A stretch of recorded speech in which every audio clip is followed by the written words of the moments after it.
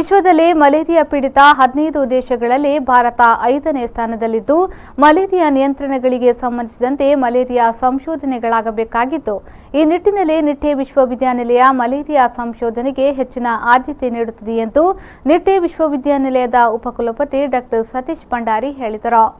ಅವರು ದೇರಳಕಟ್ಟೆಯ ಕ್ಷೇಮ ಮೆಡಿಕಲ್ ಅಕಾಡೆಮಿಯ ಸೆಮಿನಾರ್ ಹಾಲ್ನಲ್ಲಿ ನಡೆದ ಮಲೇರಿಯಾ ಸಂಶೋಧನೆಯಲ್ಲಿ ಪ್ರಸ್ತುತ ಬೆಳವಣಿಗೆಗಳು ವಿಚಾರದಲ್ಲಿ ನಡೆದ ರಾಷ್ಟ್ರಮಟ್ಟದ ವಿಚಾರ ಸಂಕಿರಣಕ್ಕೆ ಚಾಲನೆ ನೀಡಿ ಮಾತನಾಡಿದರು.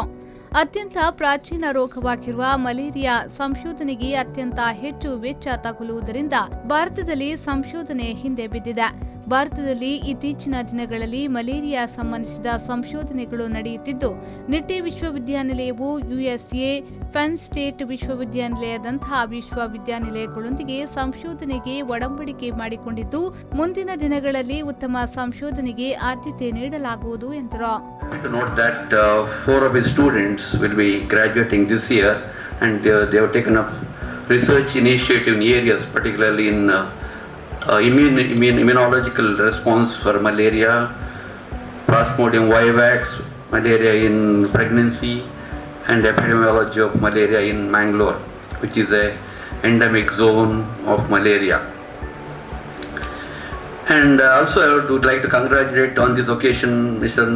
Narona and his brother for sharing their innovation, because always in most of the research proposals and meetings in the university, people say we don't have facility for big research, and they'll ask for big money, and they say we don't have collaboration and all that. And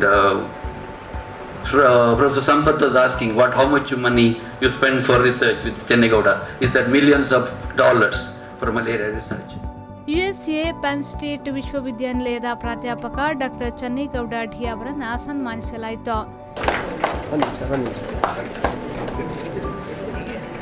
ಕಾರ್ಯಕ್ರಮದಲ್ಲಿ ಜಿಲ್ಲಾ ಅಧಿಕಾರಿ ಡಾ ಅರುಣ್ಕುಮಾರ್, ಸಂಶೋಧನಾ ವಿಜ್ಞಾನಿಗಳಾದ ಡಾ ಎಸ್.ಎನ್. ತಿವಾರಿ, ಡಾ ಘೋಷ್, ಕ್ಷೇಮ dean ಡಾ BS. Prakash, ಕಾರ್ಯಕ್ರಮ ಆಯೋಜನಾ ಸಮಿತಿಯ ಕಾರ್ಯದರ್ಶಿ ಡಾ ಸುಚಿತ್ ಕುಮಾರ್ ಎನ್, ವೈಸ್ ಡೀನ್ಗಳಾದ ಡಾ ಜಯಪ್ರಕಾಶ್ ಶೆಟ್ಟಿ, ಡಾ ಅಮೃತ ಮೀರಾಜ್ಕರ್ ಉಪಸ್ಥಿತರಿದ್ದರು.